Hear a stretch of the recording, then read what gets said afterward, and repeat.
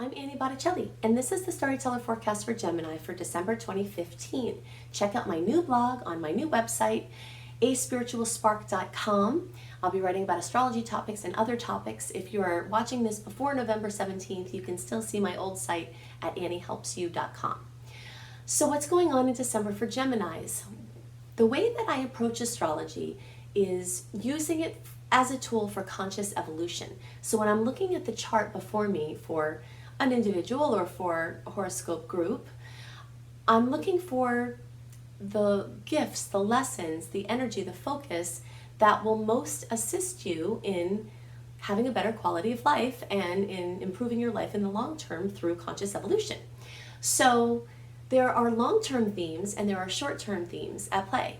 And a theme that's really important for Geminis to take note of is this theme of relationship building. So there's quite a bit of activity in the short term for most Geminis in December. I say most Geminis because if you're a later middle degree placement or a later degree placement, you're going to have strong emphasis still on the 6th house, which I will get to in a few minutes. So really there's two areas of the short-term and long-term theme for Geminis, either the 7th house of relationships or the 6th house of your health and daily experiences. So it's going to show up for you in one or both of these places, and depending on your placement, you're going to feel it in a different area. So if you pay attention, if you don't know exactly where your placement is, you'll see where the themes are because they'll be pretty obvious if you're looking for them. So for you earlier degree placements, and this is still relevant for other Geminis because if it's not there with you now, it's coming, and that's this relationship building. So wherever Saturn goes, Saturn is the bringer of long-term things, and it does that through consistency and dedication, devotion, and discipline. Gemini has many wonderful attributes.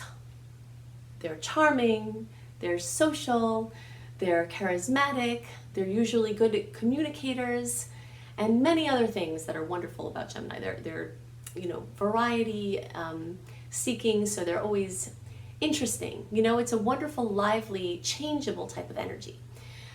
And with that, sometimes it's hard to stick with one thing, whether that's within a relationship or within relationships in general, or whether it's with studies or whatever it is with clients. So Saturn is asking you now, or in the upcoming time, to really start being more consistent in your relationships. We make these general statements in astrology based on a horoscope chart, and I know that you as an individual may or may not have a huge degree of resonance with that point because your chart might be very different. Maybe you only have one Gemini placement and a bunch of Taurus placements, which is completely different than Gemini. So that's the limitation of watching a general astrology chart, is we don't really know what your profile looks like. But the general energy of Mercury, which rules Gemini, is that it's all over the place. And what Saturn energy brings is not all over the place. It brings here heavy, solid discipline. So the shorter term influence brings the Sun and Mercury and the new moon in December, plus many aspects with these placements, bringing lots of energy to this 7th house. So there's, like I said, short-term energy and there's long-term energy. Whenever the Sun is in the 7th house, or wherever it is, it brings a focus, it brings a spotlight.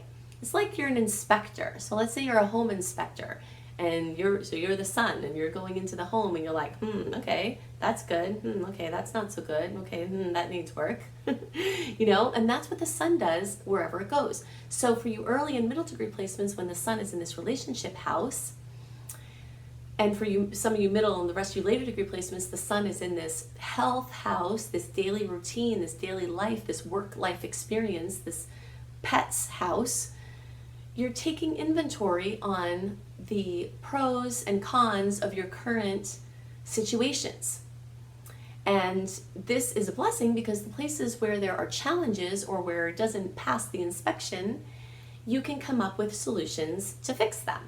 Fix the problems, So in any case, it brings just a huge amount of focus in these areas. So you're going to be feeling it either in the relationships or the health or your workplace. 6th house also represents workplace things, or your daily environment, what you're surrounded by. You know, so if you've got clutter, or if things need to be fixed, or if there's not harmony in the space, those are the kind of things that the sun can bring out, you know, and Mercury is also going to be there. And like I said, on December 1st, you've got Mercury in a beautiful angle to Uranus. On December 8th, you have the sun in a beautiful angle to Uranus. So that's adding fuel to either the relationship space or this workplace health focus space, depending on what your placement is, you know. So it's like we have layers of truth. There's something going on, and that's going on, it's bringing energy. Then something else comes, and that's bringing more energy there. So there's just additive compounding energy, either in this 6th house or this 7th house. So for those of you who still have Saturn moving through your 6th house, and that's many of you middle degree and the rest of you late degree placements, Saturn still wants you to very strongly focus on your health, on discipline. This is the house of meditation. This is the house of medicine. Maybe you have an enigmatic problem that's been going on. Saturn is pushing you to find a diagnosis or a cause, a core issue. You know, it's like this constant force that is pushing you, and often it pushes you through the manifestation of problems. So either you're having challenges or problems come up in relationships, or you're having challenges or problems come up in your health, or with your pet, or with a pet's health, or at the office. You know, any of the things that are ruled by the 6th or 7th house. Saturn is just there pushing, saying, here are the problems. And then the sun and Mercury and these shorter term things say, yeah, here are the problems, here are the solutions, you know? So it's all happening at the same time. So what Saturn wants is discipline. And like I explained before, Gemini's energy in general, it moves in a spiral. So if someone says that Gemini energy is all over the place, someone could mean that as a judgment, someone could mean that as not a judgment. It doesn't, the truth of how energy moves through you doesn't have to have any judgment on it. It's just how energy moves through you, and how it moves through you is in an upward spiral. So it moves over here, now I'm over here, now I'm over here, now I'm over here, but it's always constantly moving up, reaching upward, you know? So Saturn comes in and wants this discipline. So it's at odds with who you are and how you are. And that could be hard, you know? So it's difficult when that happens, when Saturn comes in and wants to say, hey, you need to be really focused here, you need to be really disciplined, you really need to be consistent. Well, what are you going to do with that? You know, but I can tell you that your life will benefit tremendously by taking the time to do something different. And even though we know that when it's all said and done with these Saturn transits, you're still going to have energy move through you in this certain way, which is in this upward spiral, but hopefully places where you could clean things up a little bit, polish things up a little bit, and be a little bit more disciplined, be a little bit more focused. You will have done the work there, and then you'll have the gifts there. So your health will benefit, your relationships will benefit. Those are the main stories that are going on now. December 1st and December 8th are great dates for a party, or for a gathering, or for some kind of meeting of the minds, connecting with people. There are beautiful aspects with Uranus, and Uranus rules one of the other houses of the social energy. So Gemini and Aquarius are the two signs, and Mercury and Uranus are the two planets that rule this social energy. So whether it's social media, online groups, in-person groups, when we connect and gather and network with other people. So these dates, December 1st and December 8th, are amazing networking opportunities for anything that you're working on. Also, for you early degree placements, if someone is trying to set you up on a blind date, or if you have thought about internet dating, that beginning of December time is a really good time for you to be open to that. We don't have Mercury retrograde anymore, we don't have Venus retrograde, and you have this beautiful energy just boosting luck and things that come out of the blue in your relationship sector. Now, for the rest of you middle and later degree placements, this is boosting things having to do with your health, or boosting things having to do with improving the quality of your life every day.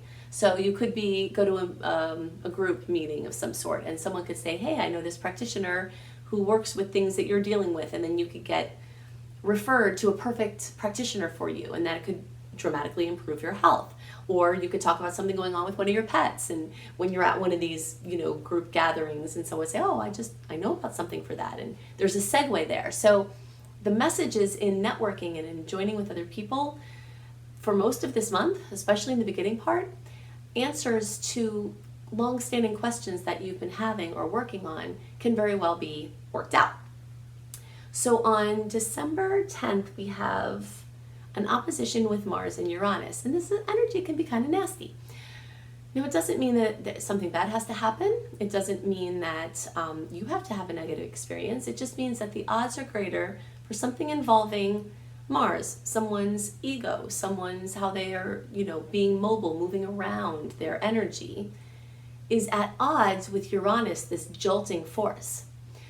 So surprises can come in, surprises to the physical body, shocks to the physical body, things involving friends could be accentuated here.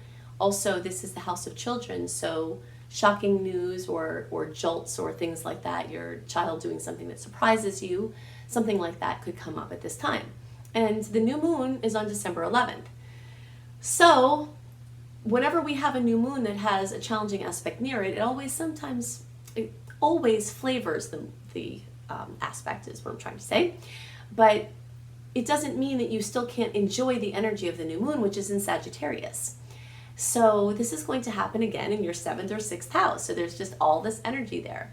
Something new opening, a new opportunity, a new chapter. On December 25th, this week is a holiday week for many different religions and people following different belief systems. So December 25th, we have this full moon in Cancer. And so fullness, completion comes to something home-related, family-related. For some people, that will be a gathering in their home or with their family or in a place that feels like home. For some people, you might experience this fullness having to do with finances, because you early degree and some of you middle degree placements are going to have this in your 2nd house of finances. So something emotional, something exciting coming to fruition on a financial matter could come in. And the rest of you could have this happen in your 1st house. And whenever people have a full moon in the 1st house, it usually brings the attention to self. And sometimes that's in a really positive way, like, here I am, look at me and recognize me, right? And maybe you'll be getting recognized. But it could also be that your physical body will need attention. I just relearned this in another way experientially, as I had a full moon in my solar 1st house and I got really sick, and I rarely get sick. So I have other factors at play in my personal chart that were part of that, but this full moon in the 1st house brings that topic of, wow, I have to focus on me now. And sometimes outside forces make you do that if you're not inclined to focus on yourself to begin with. It puts you in a situation where you kind of have to. So you could preempt it by taking some time to rest before then, and taking some time for yourself before then.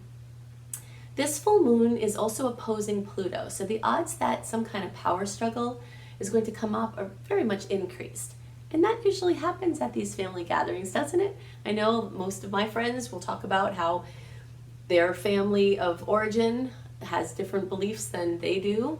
And so when they go at holiday time, these age-old issues that always come up will come up. And the odds that they'll come up are greater because of this opposition of this full moon in Cancer, which rules family, to Pluto. So again, I don't tell you these things ever to be scared or to be nervous or to have something looming over you. I'm an optimist and I like to focus on solutions. But if there's something challenging, I have to let you know about it so that you can be prepared. So you don't want to come loaded and charged and ready for a fight into this situation this week. And it's not just going to be on the 25th, it's the days around the 25th. That's how astrological transits are. Even if they happen on one day, you don't just feel them on one day, you feel them brewing, you feel the after energies, So try to do what you can to be in a good state of mind, to be clear, to be calm, to be relaxed, so that if someone comes trying to push your buttons, the odds that you're going to fly off the handle or engage are decreased, and the odds that you can have the presence of mind and look for a solution are increased. And speaking of which, besides this opposition to Pluto, there's also a trine to Neptune. So this full moon is really just loaded with massive amounts of energy, and most of it's really positive. A trine to Neptune, or trine with Neptune, brings a higher chance for a harmonious resolution. So if you have conflict, the odds that you can have a resolution that will transcend the previous situation are increased. You know, everything astrology really winds up being about probabilities, possibilities, and probabilities. We don't know exactly what's going to happen, but it's statistical. So there's an increase in odds with certain things. So your odds are increased to have some ego conflict that comes up, but the odds of a harmonious solution also are there. And at the same time, Mercury is in a beautiful angle to Jupiter, and Mercury is your ruling planet. So this is wonderful. You know, this is a really good possible happy ending, even if conflict is involved. So overall, the month is really busy. It's full of lots of Sag energy, which in many ways is very complementary to your energy. It's opposite your sign, but the energy of Sagittarius is an upward spiral just like it is for you. So there's a place you can jive there. And a lot of this month is going to be full of that. Now, as the month goes on and the planets start to move into Capricorn, the personal planets, Sun and Mercury, you're going to feel that too. You know, it gets more quiet, it gets more somber, it gets more still. It might make you feel more uncomfortable because you're used to movement.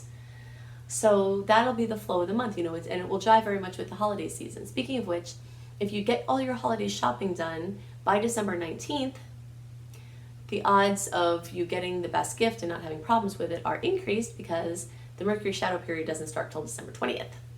So I hope you have a wonderful rest of your month. I hope you have a wonderful rest of your year. Go to my website, depending on when you look. If it's after November 17th, my new site will be up, aspiritualspark.com, with my new blog. If you go to my site before then, go to anniehelpsyou.com. And I'll see you next year.